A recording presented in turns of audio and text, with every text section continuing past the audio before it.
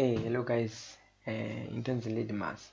Nhasi ndiri kutaridza kuti munhu achiita beat resimudhanzo anogadzira sei drum set racho.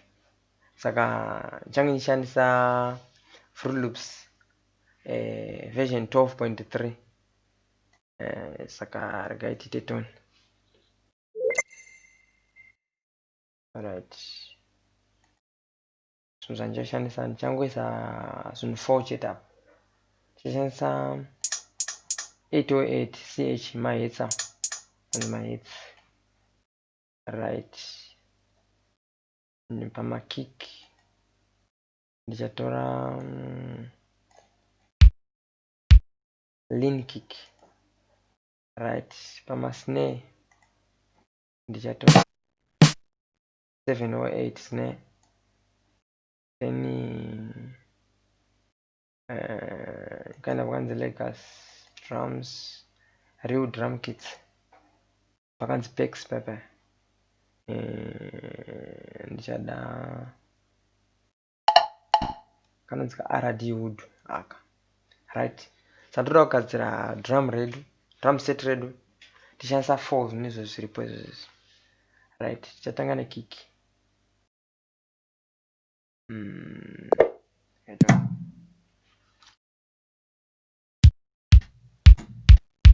Right.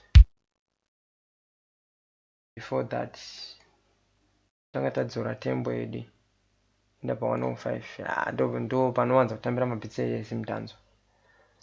Right. Chilayer zvedu. Skipper 2-2.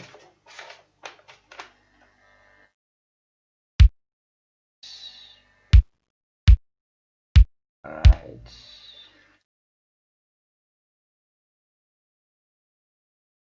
Right. Ikredo. Todzora ukaya pakai control panapa. Toenda pakai note velocity. Todzora velocity yedu. Todzora. Right. Tozori master ka1 zvedu chazozvi master ka1 zvese katapedza kuisa. Then toenda pamahets. Mahets edu chada kuti askipe after kick rikati.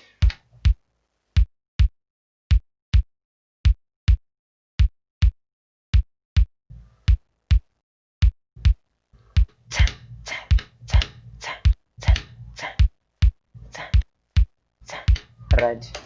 Totoda tiitika. Right. Right.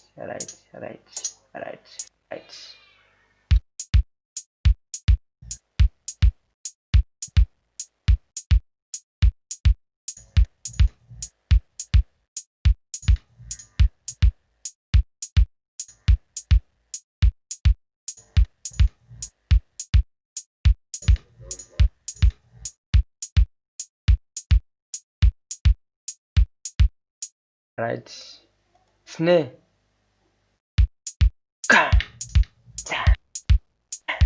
Right. Richange richida.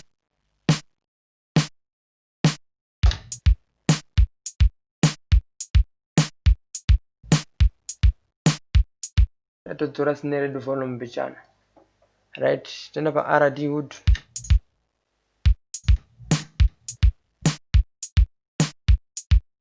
Right. Todzora velocity yedu.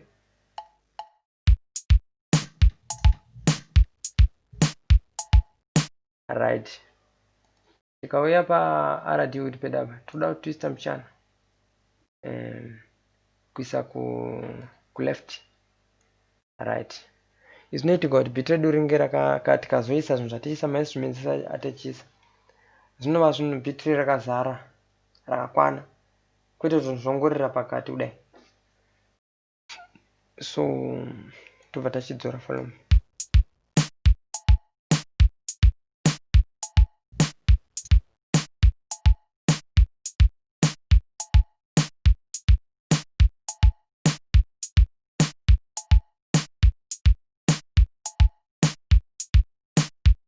Right. Tapedza isa zvinhu zvedu kaizvi. Let's say beat rate toda kuti ringe richingova nezvinhu zvakadai zvishoma izvi. ukakilika apa, ukakilika apa ukaita double futi panolaita that green iyo, then toyapa mixer peda apa mixer kwaya pakanzi insert one apa, right click, channel routing, then route selected channels starting from this track. But acha zvazviri kuzvichakandiwa pamixer yedu zvira takukwanisa kuchiedha mapresets atinoda like ma-effects atinoda isi. Right, totanga nekick ready. Obviously zichatanga kudzora volume because zvinhu zvachaisa zvicha booster volume. Alright, totanga kuisa Fab Filter Pro EQ. Right, tobva ndabooster machi malows edu. Right, sidamboti zvimbonyeni obooster slide mchana. Right, kutsvaka iyo nonzi Fruity Blood Overdrive. Right,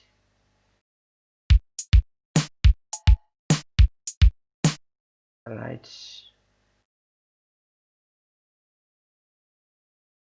I think Cradle sound as none.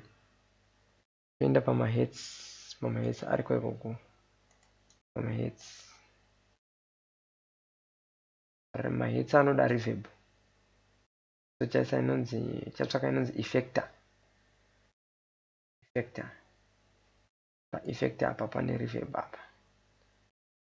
Zima ichi edzora mchana.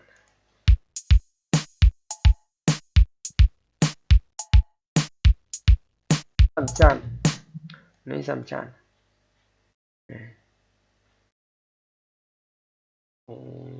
Totora chi iclear pa Fab Filter. Right, tikaita chakanzi drums icho tichidzora. Right,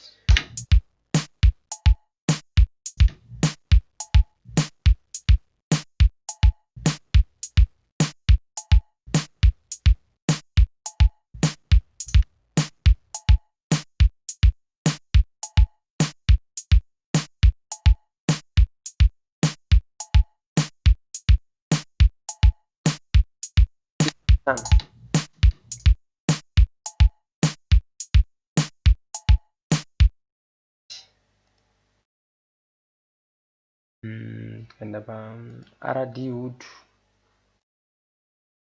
tochidzora volume icho. Right, unokwanisa kupana kuno zvaunoda kuti chirire kuside kwaunoda.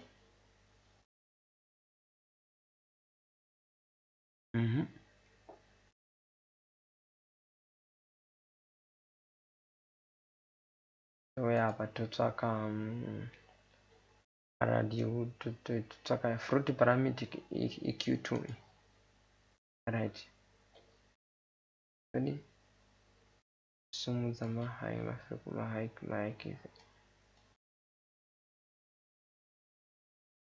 Right, tosimudza mahighs.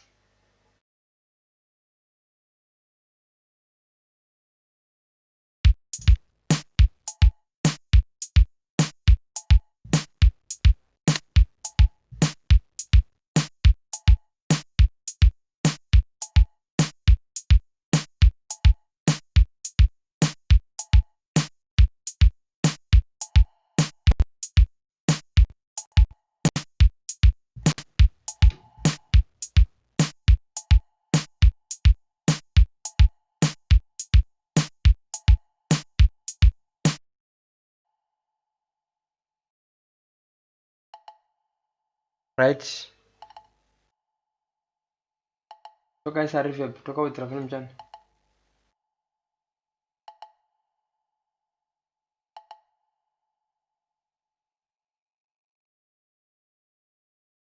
Right,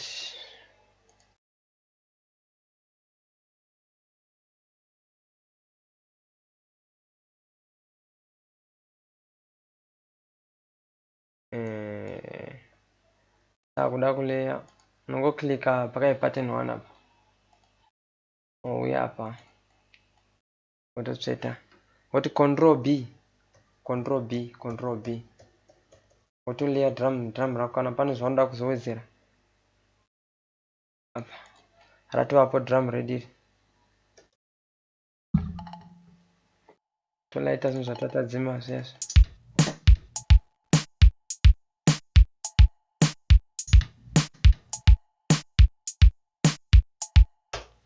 thank you guys chazokondinya kubva ipapo takuudza kuti unowedzera zvimwe sei takutowedzera bitredu.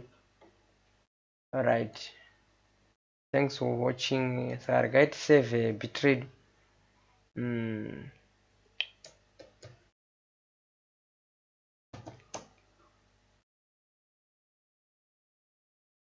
Alright. Chazokondinya kubva ipapo. Thanks for watching guys.